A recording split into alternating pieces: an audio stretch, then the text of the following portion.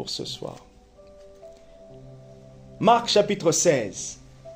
On va aller ensemble dans Marc chapitre 16, à partir du verset 1, et on va s'arrêter au verset 7. Mon thème ce matin, je vais vous le donner. Marc chapitre 16. Hein? Oh, ce soir. Ouf. Bon, vous avez compris le décalage horaire. Hein? Je reviens des États-Unis. Marc chapitre 16 à partir du verset 1. Lorsque le sabbat fut passé, Marie-Madeleine, Marie mère de Jacques et Salomé achetèrent des aromates afin d'aller embaumer Jésus. Afin d'aller embaumer Jésus-Christ. Le premier jour de la semaine.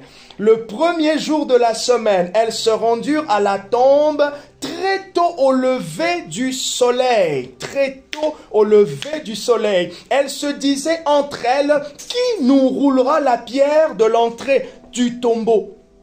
Elles levèrent les yeux et s'aperçurent que la pierre qui était très grande avait été roulée.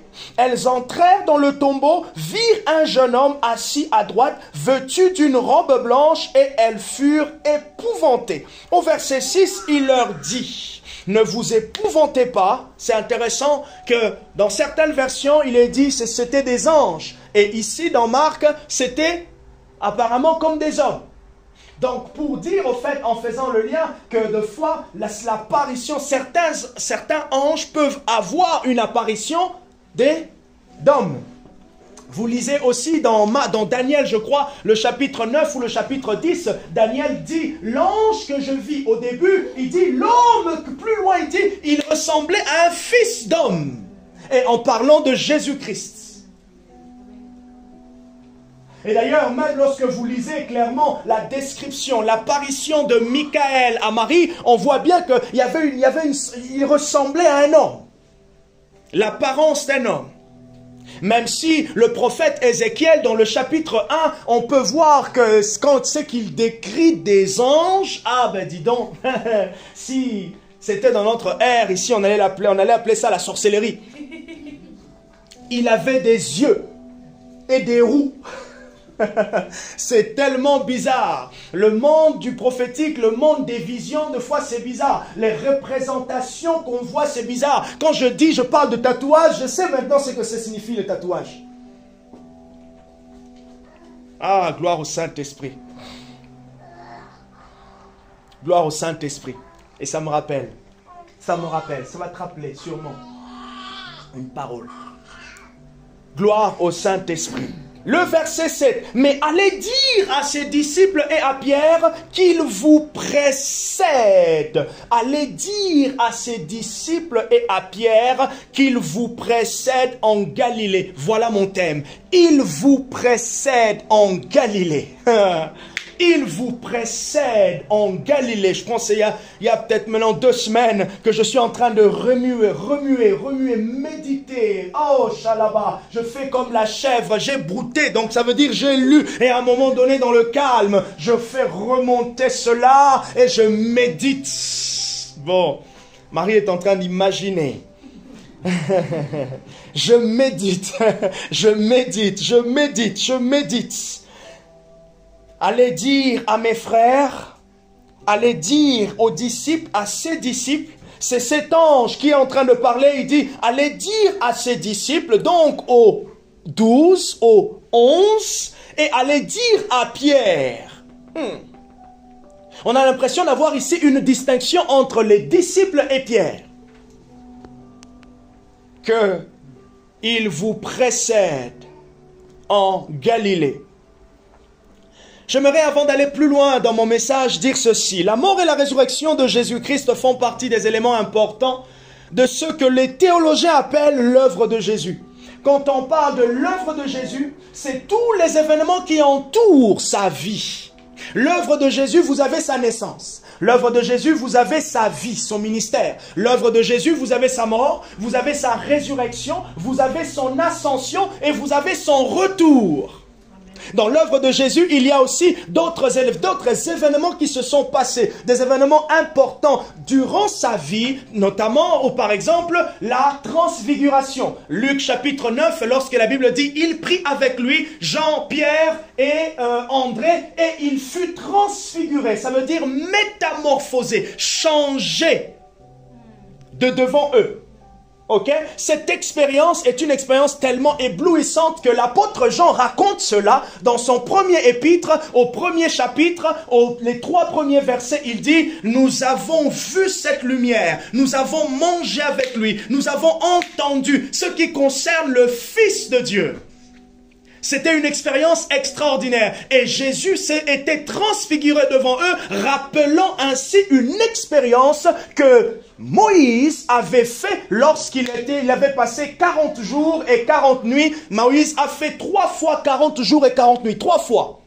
Et c'est au bout de la 3e fois lorsqu'il est descendu, il est descendu avec les tables de la loi. Et lorsqu'il descend, la Bible dit que le peuple qu'il a vu ont vu que le visage de Moïse était resplendissant.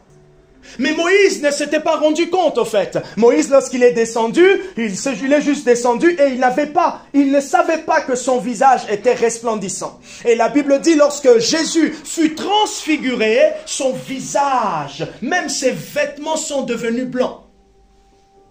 C'est une signification très, très importante. Et donc, on parle de l'œuvre de Jésus, mais on parle aussi des œuvres de Jésus. Il y a une différence entre l'œuvre et les œuvres. Les œuvres de Jésus, ça regroupe tout ce que Jésus a fait dans son ministère. L'œuvre, ça parle de sa vie. Les œuvres, c'est les guérisons, les miracles. C'est important de savoir que les miracles de Christ avaient pour but de pouvoir confirmer qu'il était le Messie. Les miracles avaient pour but de donner un signe. Et le terme grec, c'est séméon, signe. Un signe qui atteste qu'il est le Messie. D'ailleurs, Matthieu chapitre 11, au verset 2, Jean-Baptiste pose la question, est-ce que nous devons entendre un autre? Et Jésus répond, mais qu'est-ce que tu vois? Ah, j'aime bien la réponse de Jésus. Est-ce que nous devons entendre un autre Messie? Jésus lui répond en disant, qu'est-ce que tu vois? Donc, si tu sais, si tu peux te rappeler des signes du Messie, si tu regardes ma vie, tu peux savoir si je le suis ou pas. C'est intéressant comment Jésus ramenait de fois les personnes à leur propre responsabilité en ce qui leur concerne. Il dit, qu'est-ce que les gens disent de moi? Et après il dit, alors vous, qu'est-ce que vous dites de moi? Je ne veux pas vous imposer mon identité, mais je veux vous laisser convaincre par l'Esprit, afin que, étant convaincu par l'Esprit, vous-même, vous puissiez confirmer et dire qui je suis. Plusieurs vont accuser la religion ou les pasteurs ou qu'est-ce que vous voulez, tout ce que vous voulez, vont accuser de dire que vous êtes en train d'endoctriner les gens. Non, nous endoctrinons pas les gens. C'est l'Esprit de Dieu qui nous convainc de ce que nous entendons. Et d'ailleurs, puisque vous m'écoutez, vous n'êtes pas exclu de votre propre responsabilité à attester si ce que je dis est vrai ou pas. Les œuvres de Christ, parler de ses miracles. Matthieu chapitre 11, du 2e verset jusqu'au verset 20. Luc chapitre 19 jusqu'au verset 37. Alors, bien que c'est vrai que mon message ici va nous encourager dans la direction de la résurrection. Je nous pose la question. La résurrection, comment vous pouvez la définir?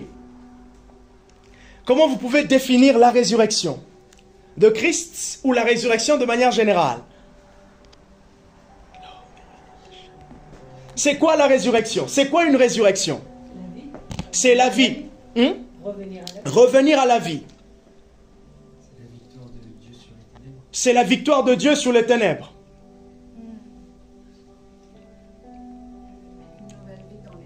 Une nouvelle vie dans l'esprit. Pas mal. La victoire sur... Un corps glorieux. Oh, toutes ces définitions sont très intéressantes. Je vous propose la mienne. Je ne vous impose pas la mienne, bien sûr. La résurrection de Christ est le relèvement de ce dernier des morts en une nouvelle forme de vie. C'est important. Quelqu'un va, peut-être, je ne sais pas si vous avez déjà, cette question vous est traversée. On sait que Jésus est ressuscité des morts, mais on sait aussi que Jésus n'est pas le seul qui est ressuscité des morts. Mais maintenant, quelle est la différence entre la résurrection de Christ et la résurrection des autres? Ah, prenez un papier. Bon, je suis enseignant Anaïs, hein, donc si vous comprenez que des fois je rentre un peu comme dans les devoirs, voilà. Des formations professionnelles. Quelle est la différence? Je vous laisse cette question. Vous pourrez répondre dans le groupe WhatsApp si vous voulez. Quelle est la différence entre la résurrection de Christ et la résurrection de Lazare? Quelle est la différence entre la résurrection dans le Nouveau Testament et la résurrection dans l'Ancien Testament? Il n'y a pas de différence, mais c'est juste pour vous donner une idée. Quelle est la différence entre la résurrection de Jésus et la résurrection du fils de la veuve? Vous savez, dans Marc ou dans Luc, là, Jésus rencontre un petit groupe de personnes qui allaient enterrer le fils d'une dame. Et il y a résurrection. Quelle est la différence entre la résurrection de Christ et la résurrection de Lazare, par exemple? Vous avez une idée? Oui? Lazare va remourir. Voilà. Merci beaucoup. Plus 5 points. Effectivement, les autres meurent encore et Christ est éternel. Une deuxième différence. Avec Christ, on a la vie éternelle. Avec eux, on n'a pas la vie éternelle. Une autre différence. Eux, lorsqu'ils sont ressuscités, ils n'ont pas reçu un corps différent. Mais Christ, lorsqu'il est ressuscité, il a reçu un corps différent. Et maintenant, c'est en partant de la résurrection de Christ que nous aussi, nous espérons à la résurrection. Et lorsque Jean-Marc, dans les années que je ne sais pas où Jésus reviendra, je vais ressusciter avec un corps. Hey, je serai plus que le mannequin de Jean-Paul Gaultier. Pourquoi? Parce que j'aurai un corps différent, un corps qui n'est plus sujet à la maladie, un corps qui n'est plus sujet aux faiblesses. Mais Lazare, lorsqu'il est ressuscité, il avait un corps qui pouvait encore tomber malade. Quelqu'un va dire, oh oui, mais tu es guéri, tu as eu un miracle, et après tu tombes malade. Mais en fait, le fait d'expérimenter le miracle n'exclut pas le fait de te retomber malade. Et ça ne peut pas être un point ou un frein face au surnaturel. On a prié pour moi et soudain la guérison est venue. Eh bien oui, tu peux. Peut-être pas sur la même maladie, mais une autre. Simplement parce que ton corps est encore sujet à la maladie. Que rien ne te freine par rapport au surnaturel. Que rien ne te freine par rapport au surnaturel. Les surnaturels, les choses spirituelles sont tellement sensibles qu'elles ont besoin, en fait, d'une atmosphère pour qu'on puisse les expérimenter ou les vivre. Et ce qui est intéressant, je vais un peu plus loin, c'est que dans les évangiles, on voit que les récits des miracles, plutôt les récits de la guérison, est quasi présent. Le Nouveau Testament, de manière générale, est le témoignage de la résurrection de Jésus. Premièrement, les 4 évangiles parlent de la résurrection de Jésus. Les 4 évangiles. Il y en a 3, les synoptiques parce qu'elles racontent la vie de Jésus, et l'évangile de Jean qui n'est pas appelé synoptique. Ça veut dire, lui, il prend un autre tournant pour pouvoir parler de la vie de Jésus. Si je vous pose la question, l'épître les actes des apôtres, à votre avis, comment vous allez définir les actes des apôtres? Ou si je vous dis actes des apôtres, qu'est-ce que vous voyez en premier? La venue du Saint-Esprit. L'Église. L'eunuque, l'Éthiopien.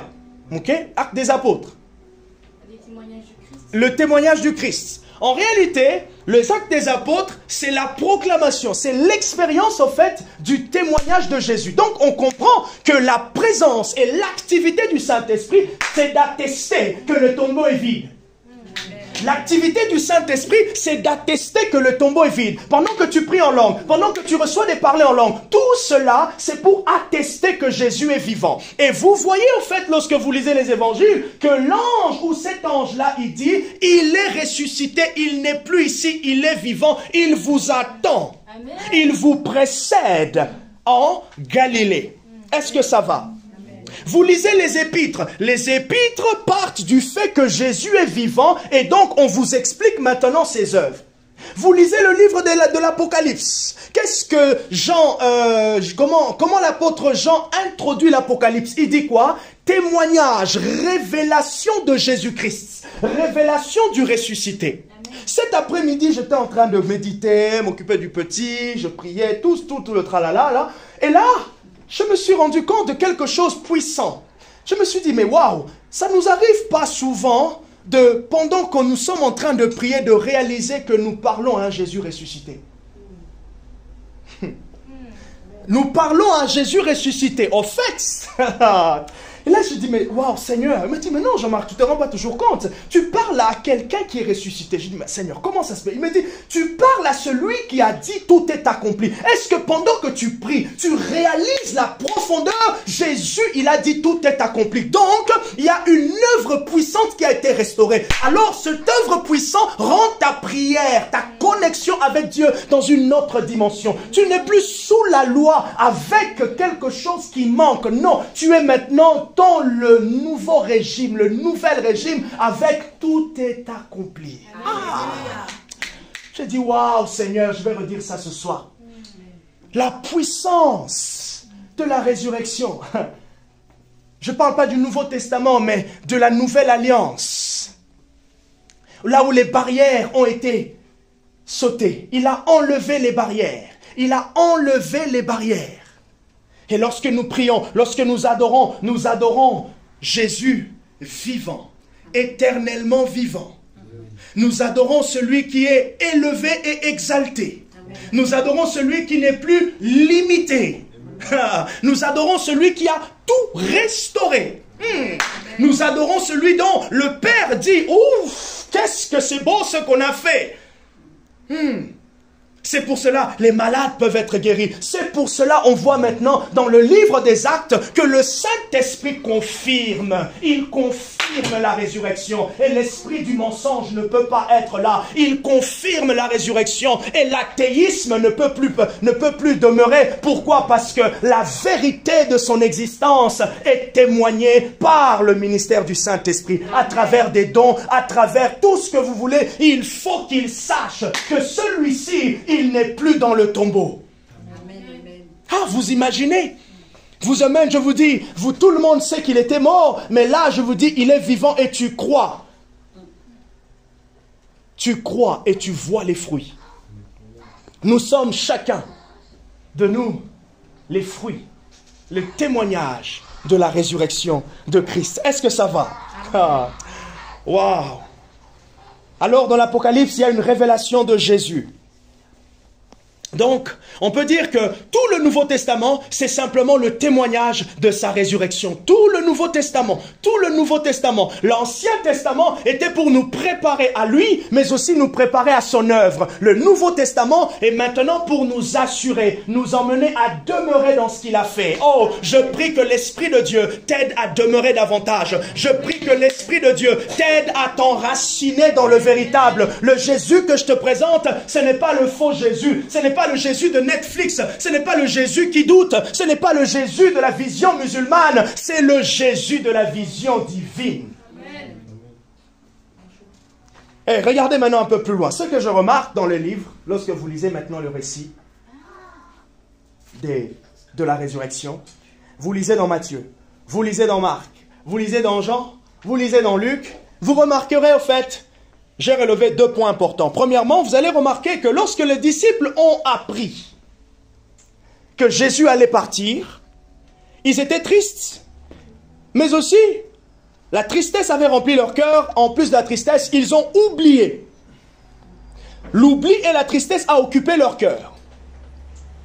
Et cela a résulté à quoi? Cela a résulté à une lenteur lorsque les femmes sont venues et ont dit, il est ressuscité. Certaines lenteurs, de foi qu'on peut avoir en exécutant la parole de Dieu, ça peut être dû à la tristesse. Tu es tellement triste que le Saint-Esprit te dit, fais.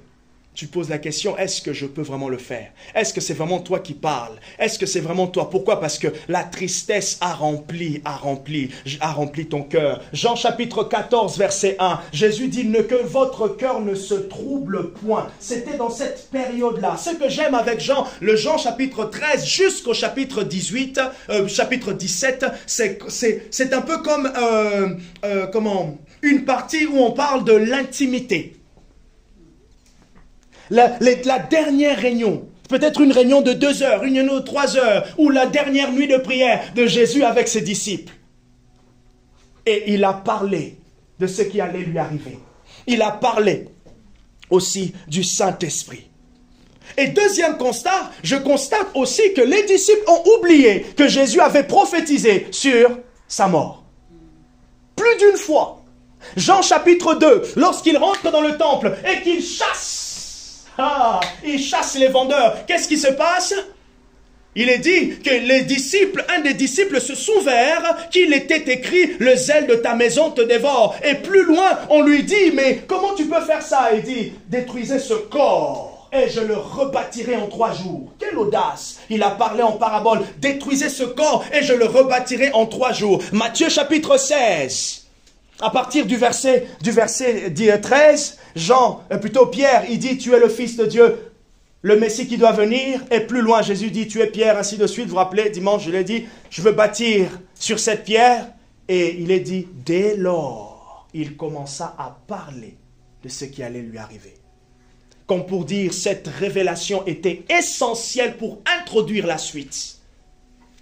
Et maintenant, on constate au fait que les disciples ont accueilli la résurrection de Jésus avec des choses dans leur cœur. Premièrement, l'oubli. Deuxièmement, la tristesse.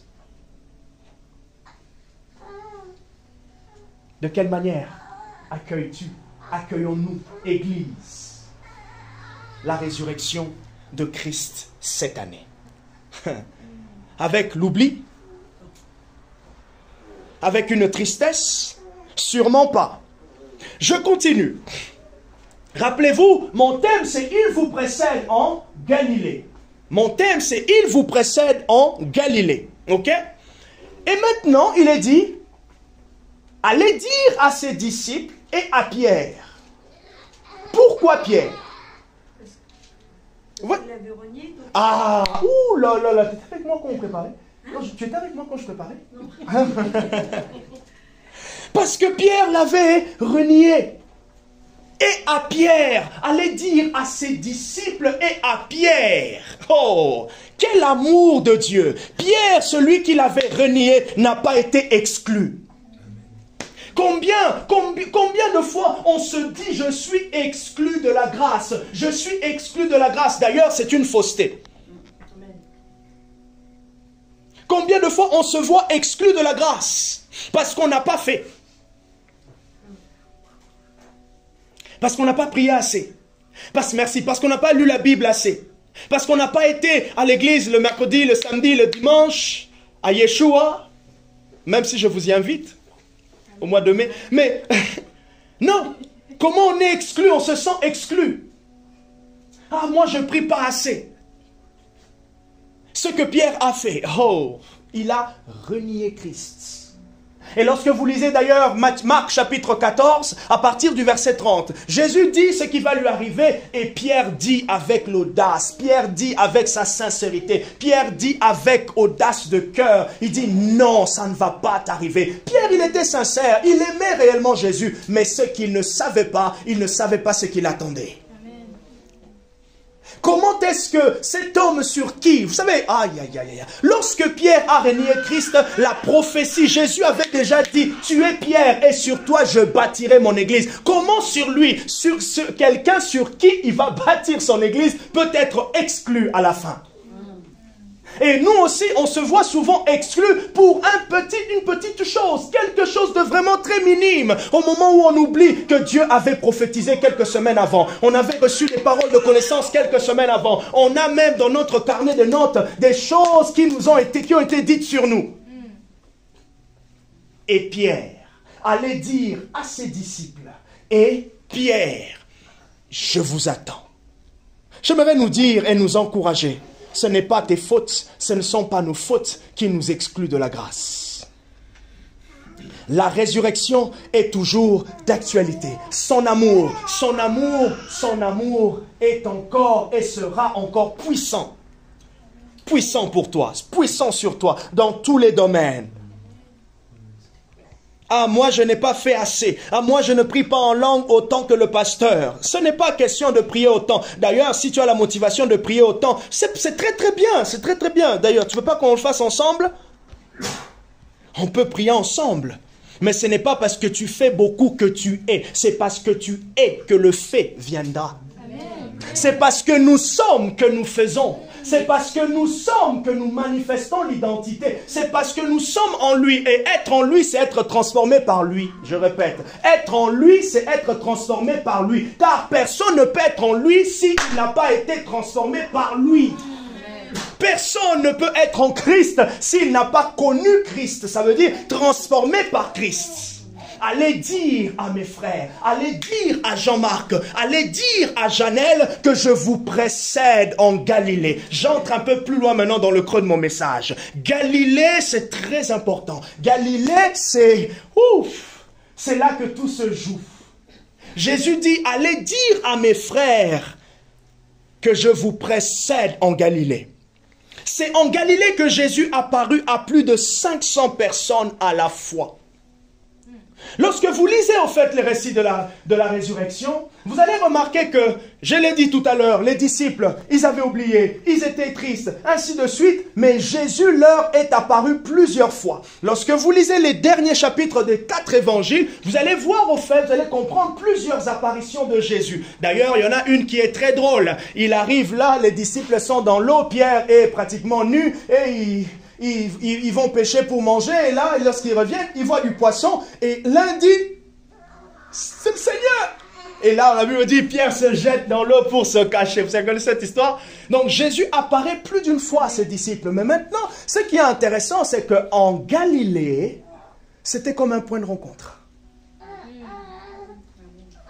J'ai commencé à méditer, j'ai dit à Dieu, comment je vais aborder au fait cette idée de Galilée? Et le Saint-Esprit commence à ouvrir mon intelligence. Il a commencé à me faire comprendre ceci. Regardez. C'est en Galilée, il y a beaucoup de choses. C'est en Galilée que Jésus a commencé son ministère public. Vous lisez Matthieu, vous lisez Marc. D'ailleurs, Marc chapitre 1, si votre Bible a un titre, il est dit « Ministère public de Jésus en Galilée ». Lorsque vous lisez Jean chapitre 1, à partir du verset 19, ministère public de Jésus en Galilée. Lorsque vous lisez Luc, il y a le parti du ministère public en Galilée. Le ministère de Jésus, on peut le scinder en 3 grandes parties. Il y a la première partie, ministère en Galilée. Il quitte la Galilée, il va en Jérusalem. Deuxième partie, et troisième partie, il revient en Galilée. Ok? 3 étapes. Et ce qui est intéressant, je ne sais pas, vous avez sûrement remarqué, lorsque vous lisez la Bible, il y a comme une carte géographique, un déplacement. Il quitta ce lieu pour aller en tel endroit, il quitta tel endroit pour aller en tel endroit. C'est pas anodin. Ça nous enseigne beaucoup de choses. Ça nous enseigne la direction du Saint-Esprit, mais ça nous enseigne aussi le côté géographique de comment est-ce que Jésus s'est déplacé au cours de sa vie pour travailler pour le Seigneur. Et j'ai noté que c'est en Galilée qu'il fut baptisé et reçu le témoignage du Père. C'est en Galilée. J'ai noté que c'est en Galilée que Jésus a fait son premier miracle. Jean chapitre 2. C'est en Galilée. C'est en Galilée, troisièmement, qu'il a chassé les vendeurs du temple et qu'il a prophétisé sa mort et sa résurrection. J'ai noté aussi que c'est en Galilée qu'il a appelé les 12 et les a établis. Bref, Jésus a eu un ministère intense en Galilée. Et j'ai commencé à dire au Seigneur, mais maintenant qu'est-ce que tu veux nous dire par en Galilée? Et le Saint-Esprit a commencé à me dire, en Galilée c'est une image, Jean-Marc, que je m'aimerais te faire comprendre. Voilà ce que l'Esprit me disait, ou ce que je comprenais lorsque je dis, il vous précède en Galilée. Ça veut dire, premièrement, Galilée, c'est un sens figuré qui veut dire se mettre en mouvement. Il vous précède en Galilée. C'est une invitation à se mettre en mouvement pour aller vers. Oui, vous avez accueilli, vous savez qu'il est ressuscité, mais tu restes là sans rien faire. Oh, WSM, tu sais qu'il est ressuscité, tu restes là sans rien faire. Oh non, j'accueille ma 3e Pâque, j'accueille ma 21e Pâque, j'accueille ma 35e Pâque en tant que chrétien. L'Éternel me dit, je te précède en Galilée. Je t'invite à te mettre en mouvement. Mais te mettre en mouvement par rapport à quoi? Premièrement, par rapport au message de la résurrection. Le message de la croix crée un mouvement en nous. Un mouvement où nous quittons là où nous étions. Nous quittons les pleurs, nous quittons les doutes. Parce qu'il nous avait dit, il nous avait préparé, mais tu avais oublié. Oh, j'aimerais te dire, ce n'est pas grave. Tu as oublié les prophéties que tu avais reçues il y a 25 ans. Tu as oublié, ce n'est pas grave. Ce n'est pas grave. Ce n'est pas grave. Ce n'est pas grave. Tu lui appartiens. Amen. Tu lui appartiens. Tu lui appartiens.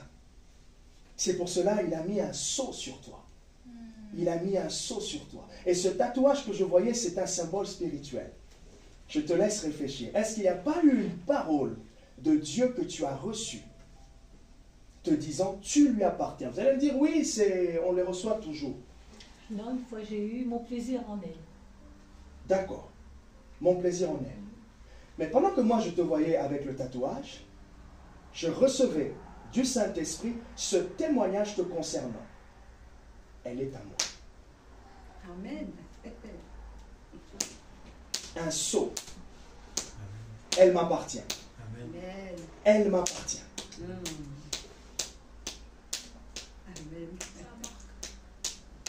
Elle m'appartient.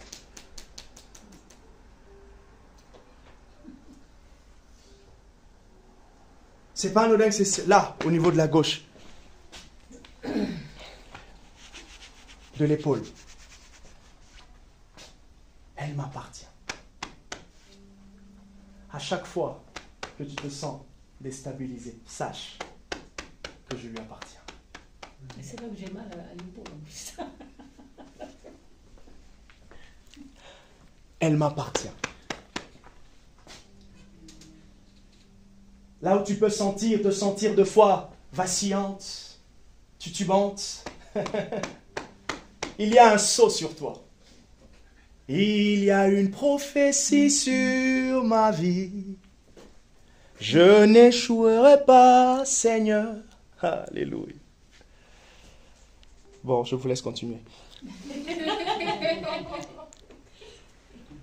Il te précède en Galilée, c'est premièrement une invitation à un mouvement pour aller vers. Deuxièmement, une invitation à le rejoindre dans un lieu précis. Le lieu de l'intimité. Le lieu des rappels de la prophétie. Il dit, il vous précède en Galilée. Et lorsque vous lisez, vous allez plus loin, vous allez remarquer qu'en Galilée, il est resté, c'est Luc qui nous dit, 40 jours. Il est resté 40 jours. Donc, ils avaient le temps de se rendre compte que ce n'était pas un fantôme. Ok, tu le vois aujourd'hui. Bon, tu vas dormir, tu vas te dire, bon, demain je vais voir. Est-ce que c'est encore lui? Oui, c'est lui.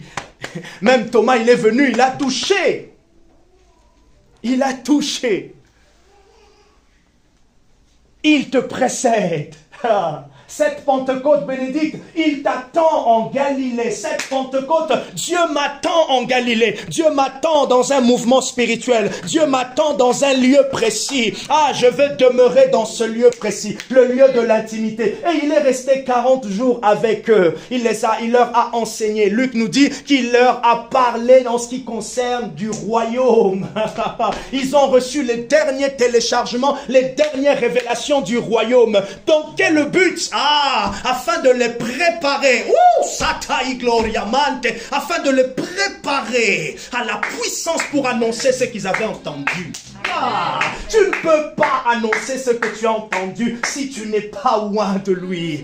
Ah, Shakatai, Boriatema, je me tiens là, dans ce lieu secret. Je l'écoute et pendant que je l'écoute, sa simple parole est en train de me revêtir d'un manteau afin d'annoncer à Grand Poitiers, d'annoncer dans ma famille qu'il est ressuscité. Pâques, ce n'est pas les œufs seulement.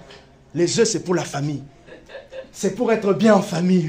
C'est pour faire des cadeaux dans le jardin. Allez, Isaac, bon, moi, il va rester dans le salon. Ouais, voilà. Mais c'est plus que ça.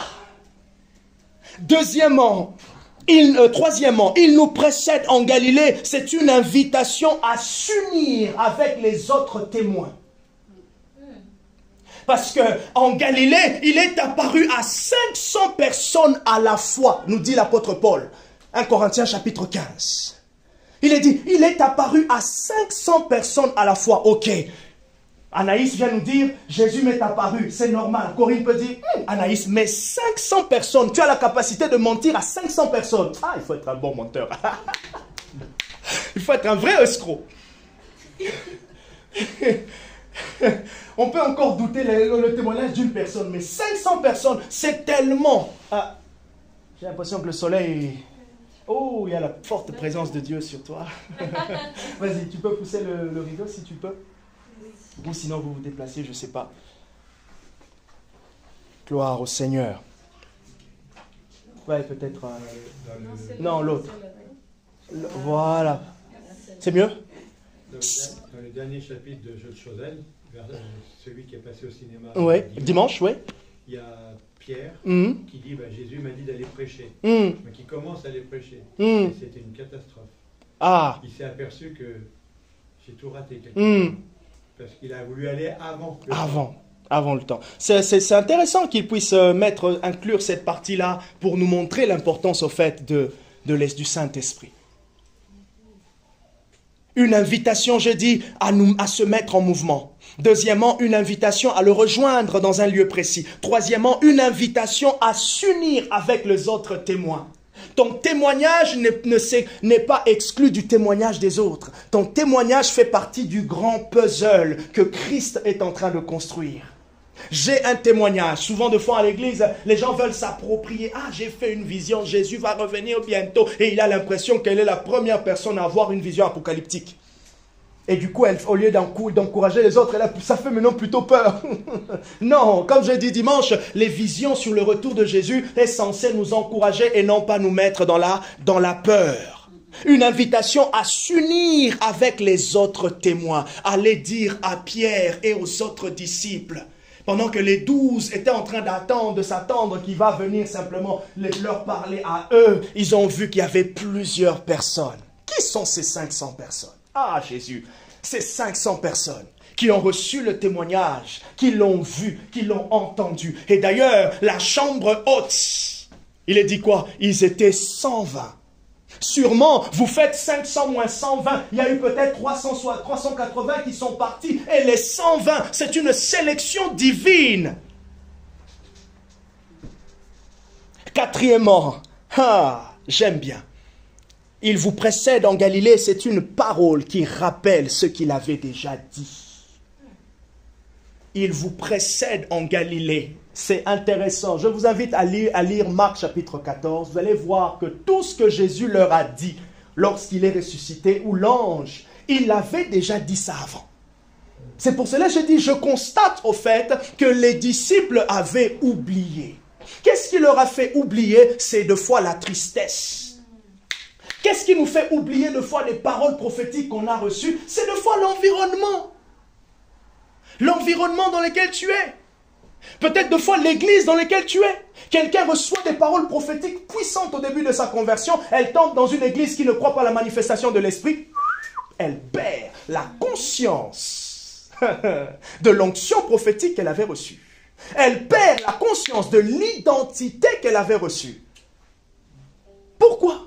Simplement parce qu'elle n'était plus dans cet environnement-là. Mais lorsqu'il dit « Je vous précède en Galilée », c'est pour dire « Je vous rappelle ce que je vous avais dit. Rien de nouveau. Jean-Marc, on va commencer là-bas. » Ah, shakakapapakakato. Une parole qui rappelle ce qu'il avait déjà dit. J'aimerais que tu ailles reconsulter ton carnet. Béatrice, va reconsulter, allons reconsulter les paroles prophétiques. Ne soyons pas des collectionneurs de paroles, mais soyons plutôt de ces personnes qui, à un moment donné, ils se disent, j'ai la rage de 12 paroles que je n'ai presque pas vues. Je n'ai pas encore vu chez Natia. Et on commence à se dire, mais est-ce que vraiment ce prophète avait vu ou c'est moi? Non, toute parole prophétique nous engage. Toute parole prophétique nous engage. Nous demande de faire quelque chose. Nous demande de faire quelque chose. Cinquièmement, je vous précède en Galilée signifie une invitation à revenir au point de départ. Le premier amour. En Galilée, Jésus a commencé son ministère public. C'est aussi en Galilée qu'il a terminé son ministère public. Dieu aime les sources, Dieu aime les endroits de rencontre. Je me rappelle lorsqu'il m'avait touché, j'étais en train de lire ma Bible.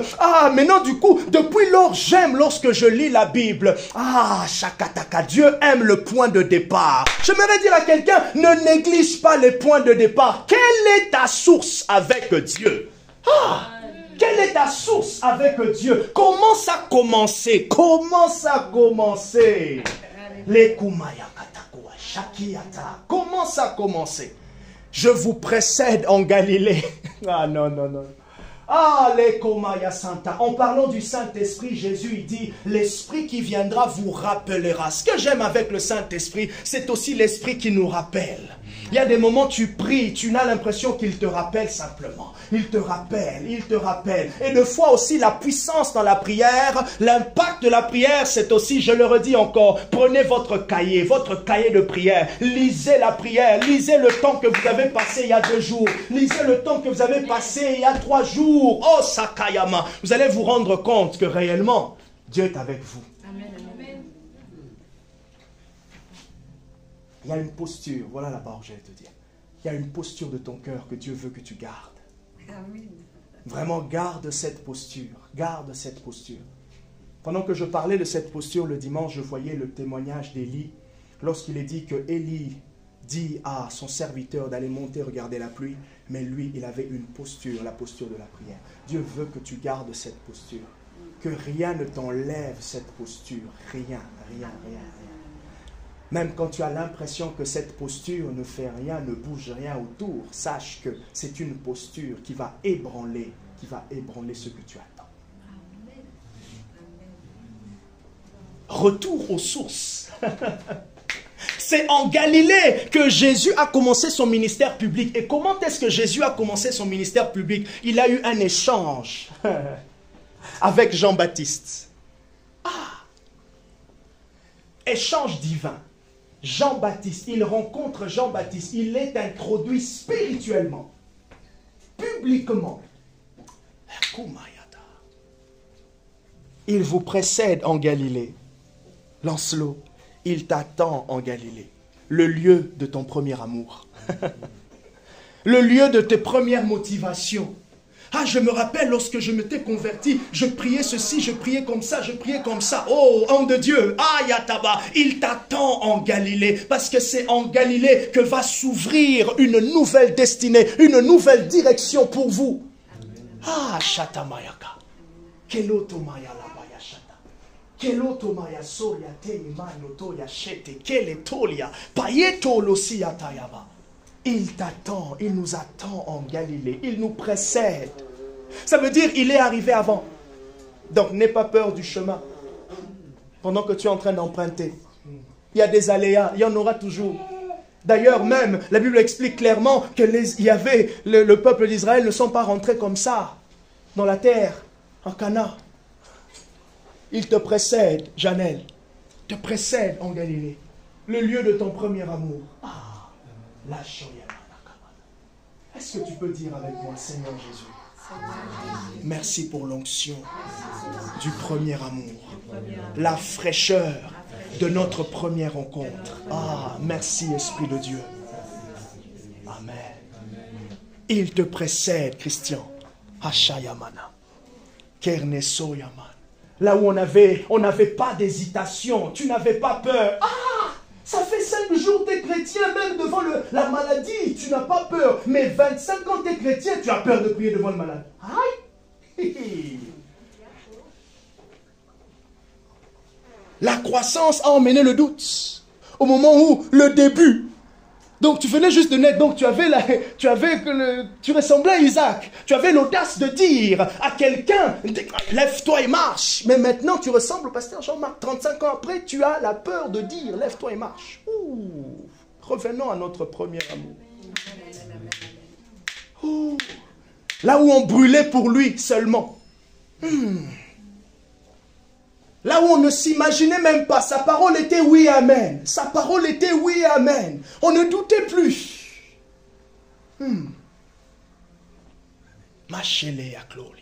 Il nous précède en Galilée. C'est intéressant de remarquer que Jésus n'a pas tenu compte de leur oubli. Il n'a pas tenu compte de leur tristesse, mais il a tenu simplement compte de ses desseins merveilleux qu'il devait accomplir avec eux. Jésus tient compte toujours de ses desseins merveilleux qu'il veut accomplir avec toi. Il ne les a pas effacés. Il ne les a pas effacés. Oh, je dis à Dieu, Seigneur, merci. Parce que tu nous attends, WSM, en Galilée. Tu nous attends là où tu as commencé. Là où tu vas nous rappeler les paroles prophétiques de cette église. Je termine. Il t'attend en Galilée. C'est une invitation à se rappeler des premiers pas. Les premiers pas. Les premiers pas dans la prière, les premiers pas dans la lecture de la parole, les premiers pas avec lui, les premiers pas. Et Jésus ramène les disciples. En Galilée, il demeure 40 jours avec eux et il monte. C'est en Galilée qu'il a reçu le témoignage du Père disant « Tu es mon fils bien-aimé ». Il y a un lieu où tu avais reçu ce témoignage. Tu l'avais sûrement écrit.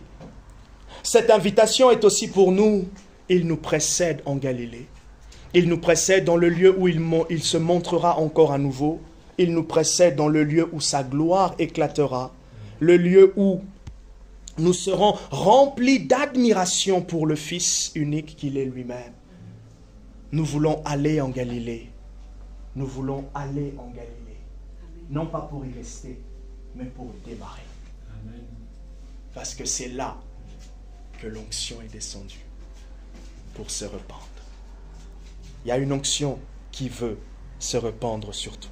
La bonne nouvelle de la résurrection est qu'elle nous donne le courage et l'assurance nécessaire pour courir avec persévérance. Courir avec persévérance la foi que nous professons.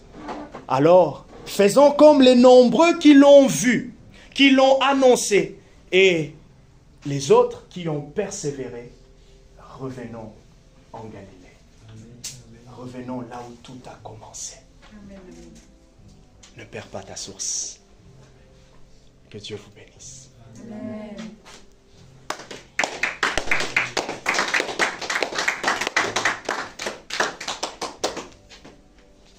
C'est une Pâque où nous revenons aux sources.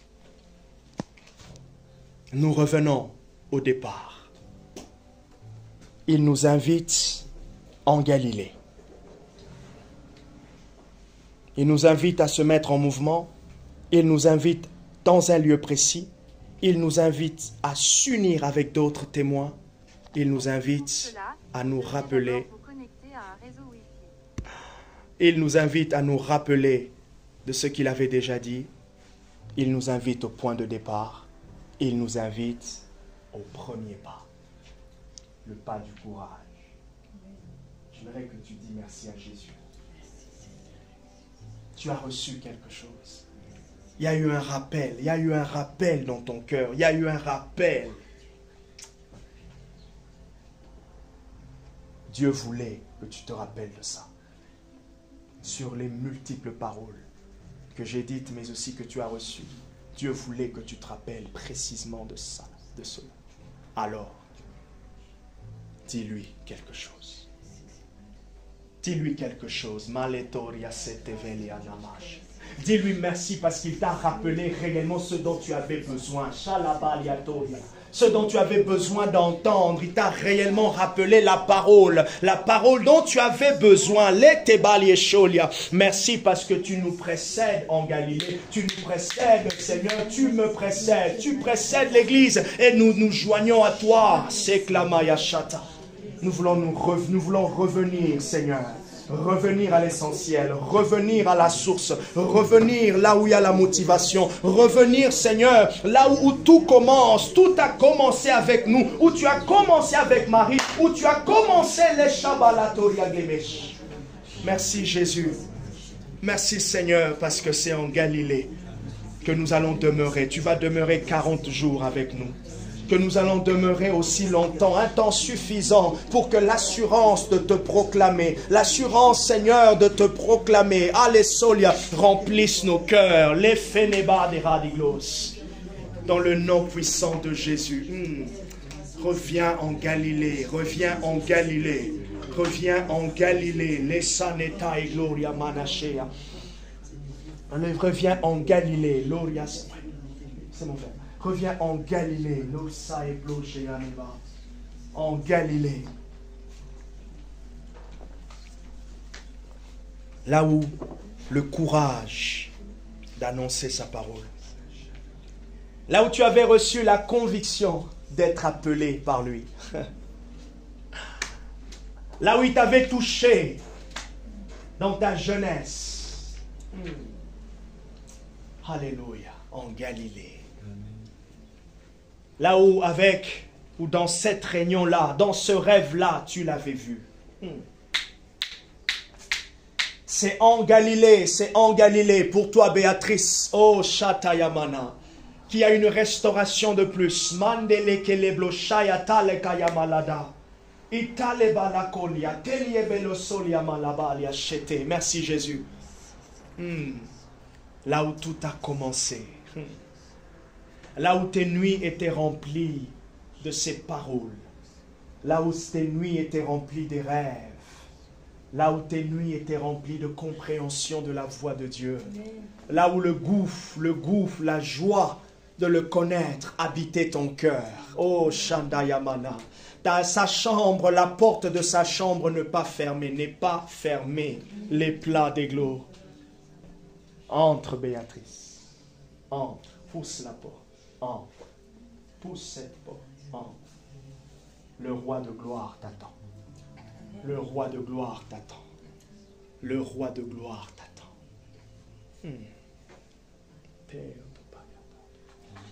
Le roi de gloire t'attend. Pousse cette porte. Le roi de gloire t'attend.